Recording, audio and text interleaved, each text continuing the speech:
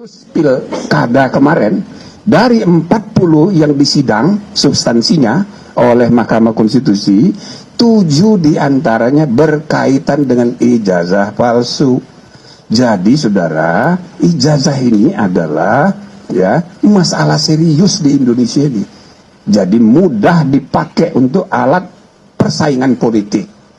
Dan yang kedua, ini tandanya administrasi perijazahan kita, administrasi organisasi dan lembaga publik pemerintahan kita masih sangat buruk. Statementnya Ketua Tim Reformasi Polri tadi, Jimli Asyidik, sebagian orang terkejut dengan statement itu. Tapi bagi politikus, bagi pelaku politik atau lebih spesifik, orang-orang yang kemarin pemilu kemarin mengikuti sebagai kontestan atau caleg, itu tidak heran karena sistem pemilu, aturan pemilu, atau mungkin oknum-oknum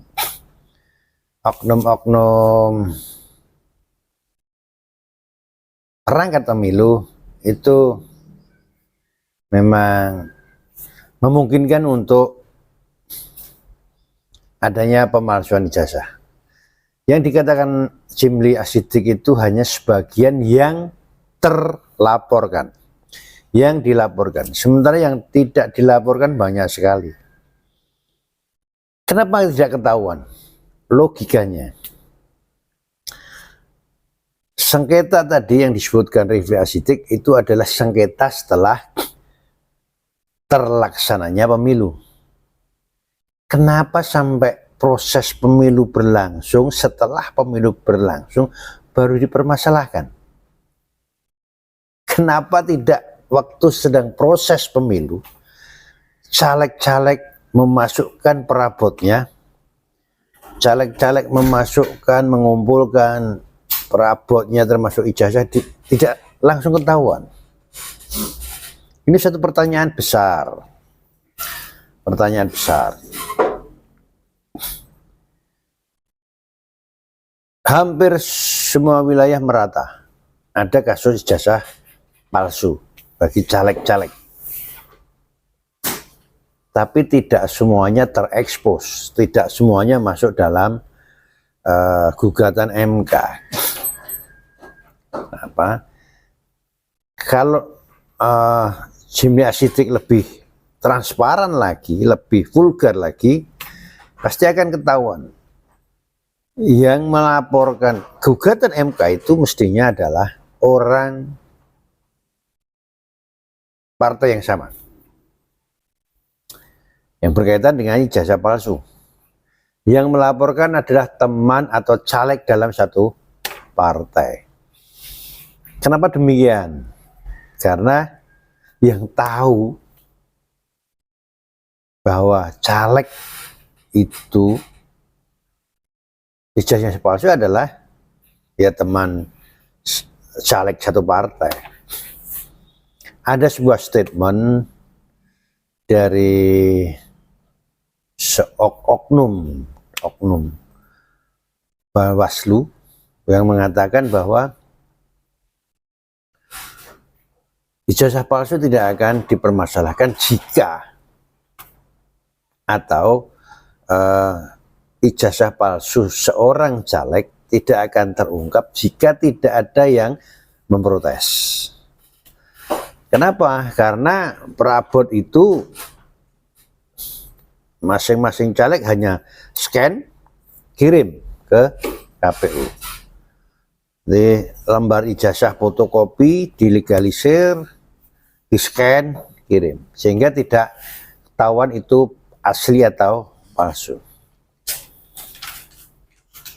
Berarti KPU tidak melakukan pertanyaannya ini. Pertanyaannya berarti KPU tidak melakukan verifikasi ijazah atau perabot-perabot yang lain. Mungkin saja tidak.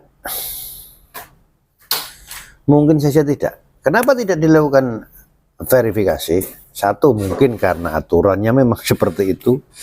Kemudian yang kemungkinan kedua, Karena banyaknya caleg tidak memungkinkan KPU melakukan verifikasi satu persatu.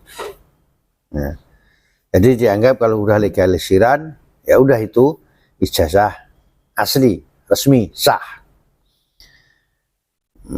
Seperti tadi di depan saya katakan, Bawaslu mengatakan itu. Selama tidak ada yang mempermasalahkan, maka tidak akan diverifikasi, tidak akan dibuka. Makanya Refli Asidik, Ketua Tim Reformasi Polri yang sebelumnya menjadi Ketua MK, itu menemukan kasus ijazah palsu setelah Pileg itu banyak sekali. Nah, ini PR besar bagi bangsa kita, bagi DPR, bagi pemerintah, menyiapkan betul undang-undang pemilu. Saya pernah mengatakan di video-video sebelumnya, undang-undang pemilu harus diganti, sistem pemilu harus diganti, dan yang paling penting, rekrutmen perangkat pemilu, KPU, Bawaslu, dan sebagainya. Seleksinya harus ketat.